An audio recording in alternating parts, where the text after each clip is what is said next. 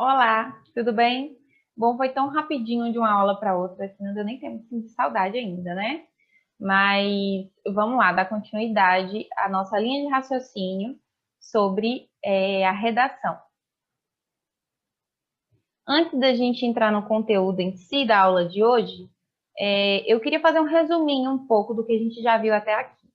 Então, na aula anterior, a gente tratou dos tipos textuais e o primeiro deles foi o narrativo. Então, o tipo narrativo, ele vai contar um fato, seja ele verídico ou não. Ele vai narrar uma história com personagens, com lugar, enfim, com as características daquele momento que foi observado ou, enfim, que o autor quer narrar, certo? E nós vimos também o texto descritivo, que é um texto que vai descrever, vai atribuir características, adjetivos a uma pessoa, a uma coisa ou a algum lugar, certo? Nós vimos também o expositivo, que é aquele que tem a intenção de informar e meramente expor, seja conceito ou seja uma situação, mas ele só vai expor, certo? E nós vimos também o dissertativo, que é o foco do conteúdo de hoje, que é o que é mais trabalhado, mais pedido, né, nos vestibulares, e é exatamente o tipo textual que o Enem cobra. Então, ele só cobra esse tipo de texto. Então, hoje a gente vai focar um pouquinho mais nele. Então, ele é especificamente o dissertativo argumentativo, certo? Então, no que concerne, né, qual é o objetivo desse tipo textual? Ele tem o objetivo de persuadir e convencer, ou seja, levar o leitor a concordar com a tese defendida.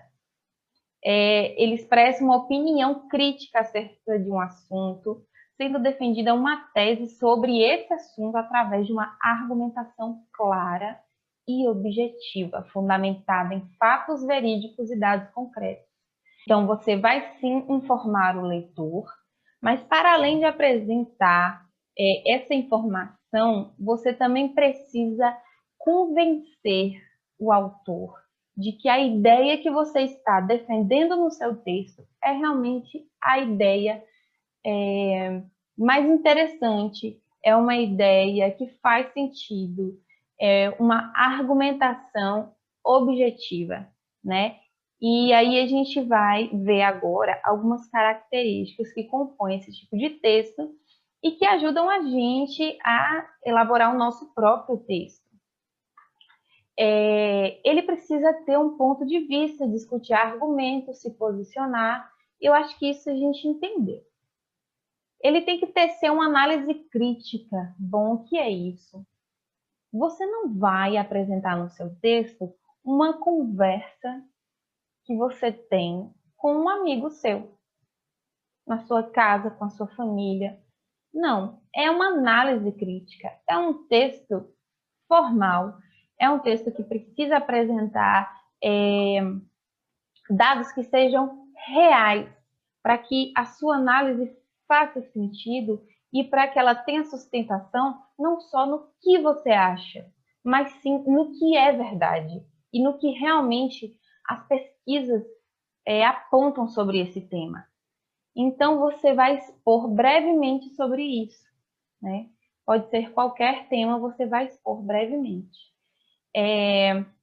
Eles atribuem, né, a banca do Enem e a banca dos vestibulares, geralmente, eles exigem que sejam escritas no mínimo 7 e no máximo 30 linhas. Mas a gente que está estudando vai obedecer essa regra aqui, né? Que tem que ter no mínimo 15 linhas e no máximo 30, porque realmente é o limite. Mas se você puder usar as 30, use as 30 linhas. Por que isso? Porque quanto mais argumento você puder abordar no seu texto sobre aquela temática, melhor vai ser para convencer a pessoa que está lendo, a pessoa que está te avaliando, certo? Então, é muito difícil ou quase impossível você conseguir convencer o avaliador, o leitor, do seu argumento em 7 ou 15 linhas, certo? Então, eu sempre deixo esse parâmetro para a gente se basear, que não precisa ter as 30 linhas preenchidas, mas a gente tenta cumprir pelo menos, né, esse limite. Então, são parágrafos de 6 a 8 linhas e totalizam, então, 4 parágrafos, certo? Um você pode fazer 8, outro você já faz com 6. Tem alguns que você pode colocar com 10 e o próximo você já diminui um pouco, que é para compensar essas linhas. Mas sim, é no mínimo 4 parágrafos. Você pode até colocar 5. Mas por que 4 parágrafos no mínimo? E aí vem o foco da aula de hoje. O que a gente precisa compreender, né? Todo texto precisa ter começo, meio e fim. Assim como qualquer assunto que a gente vai abordar, toda conversa não precisa ter começo, meio e fim, toda aula não tem que ter começo, meio e fim, os textos também precisam ter começo, meio e fim. Senão, não faz sentido. E aí, no texto, a gente dá outros nomes, que são introdução, desenvolvimento e conclusão. Mas é a mesma coisa. No meio, no desenvolvimento, você vai contando um pouco, argumentando e no fim você conclui, certo? Então, os parágrafos geralmente são divididos assim: um para o começo, um para o fim e o restante no meio, que podem ser 2 ou 3.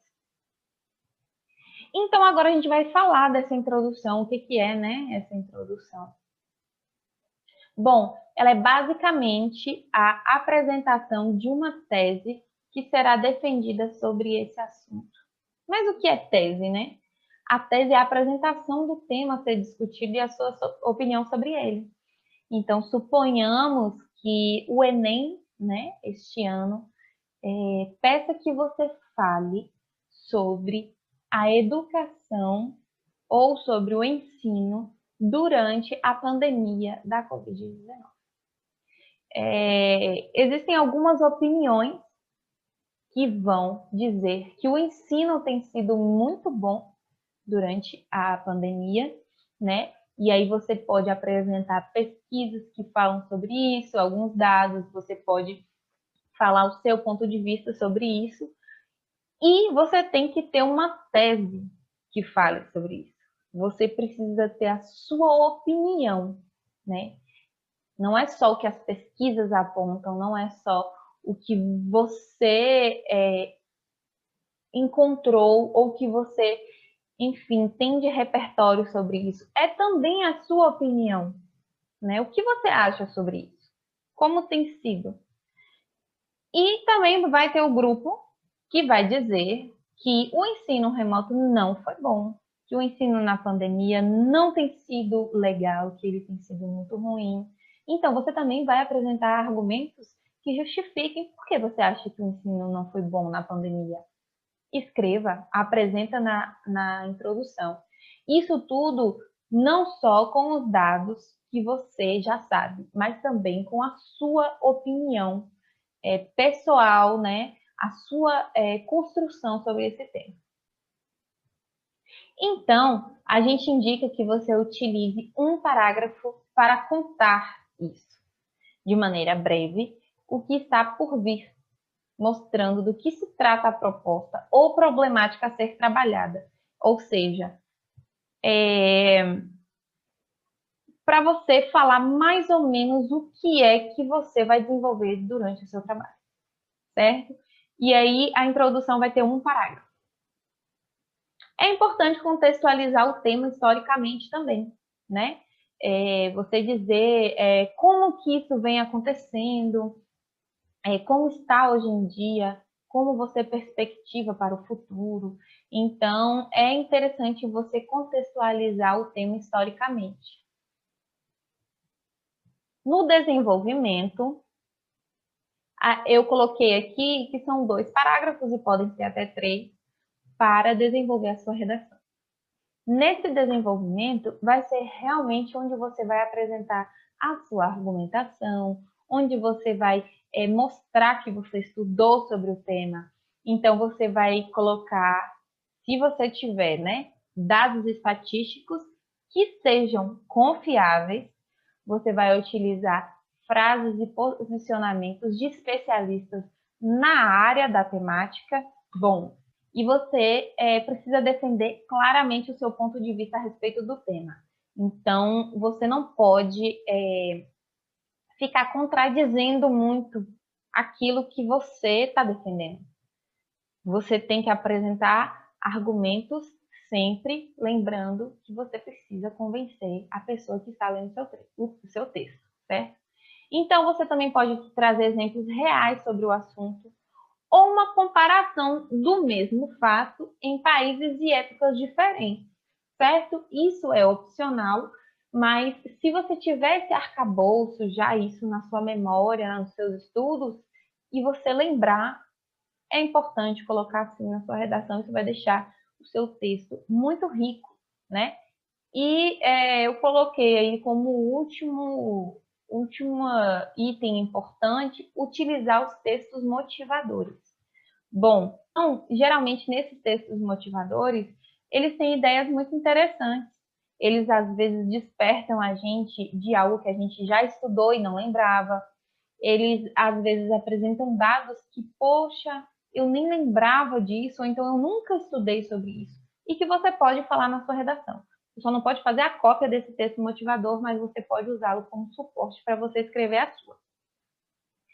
E aí nós temos a conclusão, que no Enem ela tem um caráter um pouco diferente, né, de outras provas, né, de outros lugares. Por quê? O texto dissertativo argumentativo, ele tem uma exigência, né? Além de você concluir tudo que você já disse, fazer um resumão mesmo de tudo que você já trabalhou até a conclusão, em todo o seu desenvolvimento, você precisa fazer uma apresentação de soluções viáveis ou de propostas de intervenção. Como assim? Bom, na conclusão, então, não é só você resumir o que você falou. Você precisa apresentar alguma solução para o tema que eles abordaram, porque o tema abordado no Enem sempre vai ser um problema. Sempre vai ser um problema que você precisa resolver.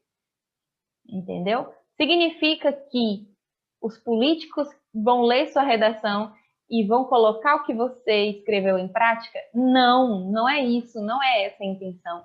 A intenção é de que o avaliador veja que você foi capaz de fazer uma proposta para resolver um problema.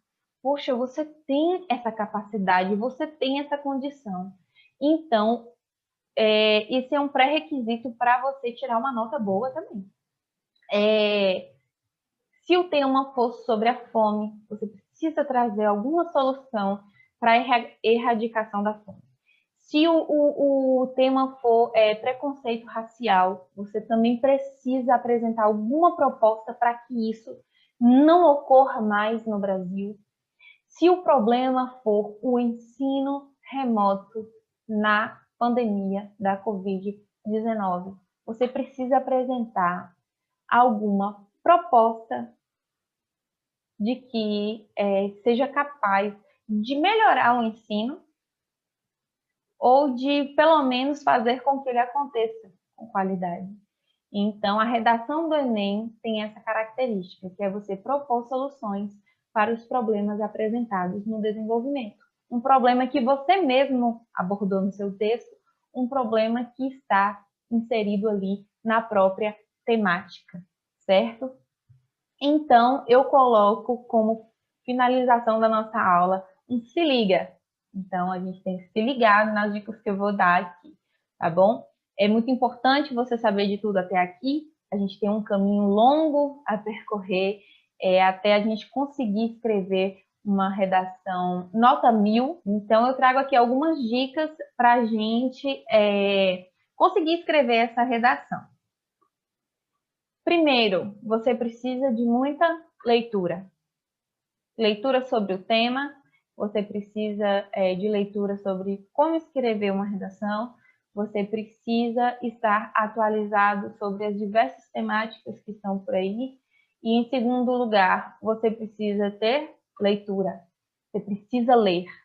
Em terceiro lugar, leitura. Você precisa ler de novo, porque ler nunca é demais. E, por último, eu coloco a prática. Pratique, escreva. Não precisa já começar com um texto gigante de 30 linhas. Não precisa você esperar uma redação perfeita. A sua primeira redação vai ser uma redação inicial, com nível inicial.